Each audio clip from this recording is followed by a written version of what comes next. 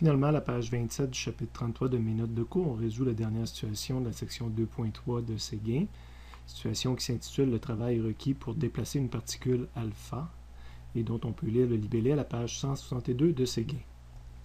Après une première lecture, on s'aperçoit qu'on va travailler encore sur la même situation, nos deux protons installés sur l'axe des Y, puis notre particule alpha en position initiale, x est égal à 4 mètres. Puis là, on va la déplacer, comme dans la situation 3, je crois, en x égale 0. Sauf qu'on considère le travail requis pour la déplacer d'un endroit à l'autre. Donc, il n'y a pas de vitesse ni initiale, ni finale. C'est quel travail faut-il faire pour venir la déplacer là. Et évidemment, il va falloir travailler parce que ces charges-là vont vouloir la repousser. En termes de données, déjà on sait qu'on va probablement avoir besoin de nos distances, mais on les avait déjà calculées à la situation 3, là, je le répète tout simplement ici. Donc les données ici, seule différence avec tantôt, c'est les vitesses à 0. Évidemment, elles ne sont plus sur le dessin. Je vais encore utiliser le principe de conservation de l'énergie. Delta A est égal à WNC, travail non conservatif, mais c'est justement ce que je vais chercher, le travail non conservatif. Donc cette fois-ci, il ne sera pas égal à 0 de ce côté-là. De l'autre côté, ça se développe initialement de la même façon, que c'est de la variation d'énergie cinétique plus potentielle, plus de ressort, plus électrique.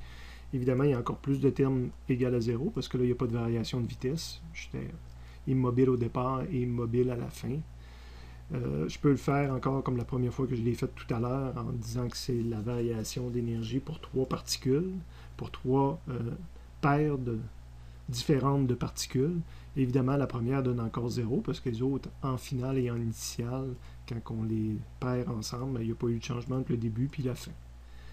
Et la situation 3, on avait déjà calculé ces 2 delta UE-là, donc j'ai tout simplement répété l'équation que j'avais développée à la situation 3.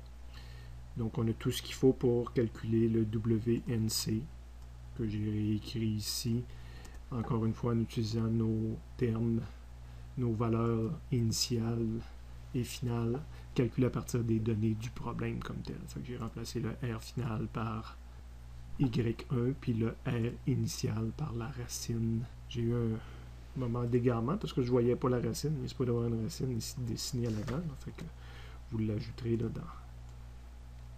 le développement de l'équation, mais je devrais avoir une racine ici. Okay. Je suis prêt à mettre les chiffres dedans et à obtenir ma réponse finale. Encore une fois, j'aurais pu avoir une solution. Là, ici, c'est l'interprétation qu'on doit en faire parce qu'on arrive avec un travail positif, ce qui implique qu'il faut travailler. Il faut transférer de l'énergie au système pour pouvoir le déplacer d'un endroit à l'autre. Évidemment, on va lutter contre la force de répulsion. La solution alternative, c'est de le faire avec la variation du potentiel électrique à la place. Donc, même équation de départ, même développement aussi de notre terme variation d'énergie.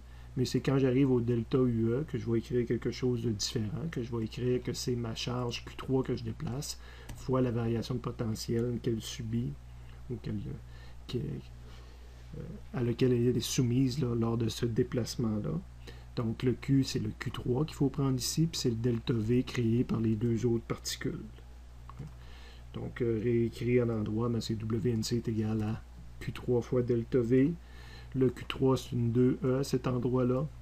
Le delta V, on l'avait déjà calculé à la situation 3, donc je suis allé chercher ce que j'avais calculé à la situation 3. Là. Donc au besoin, prenez le temps d'arrêter la vidéo puis de comprendre ce qui s'est passé, mais on a déjà développé ce terme-là, la situation 3. Donc quand on retravaille mathématiquement, je tombe sur la même équation qu'ici. Un petit peu plus haut que celle-ci. Donc c'est sûr que la suite du problème est identique, incluant si jamais j'utilise les calculs intermédiaires, j'arriverai également à la même réponse. Quand je dis calcul intermédiaire, c'est qu'on utilise, ça c'est le 2E, puis le delta V, on l'avait calculé, je crois, à la page, en haut de la page 26. Donc c'est le delta V qui est ici, puis ça va me donner la même réponse.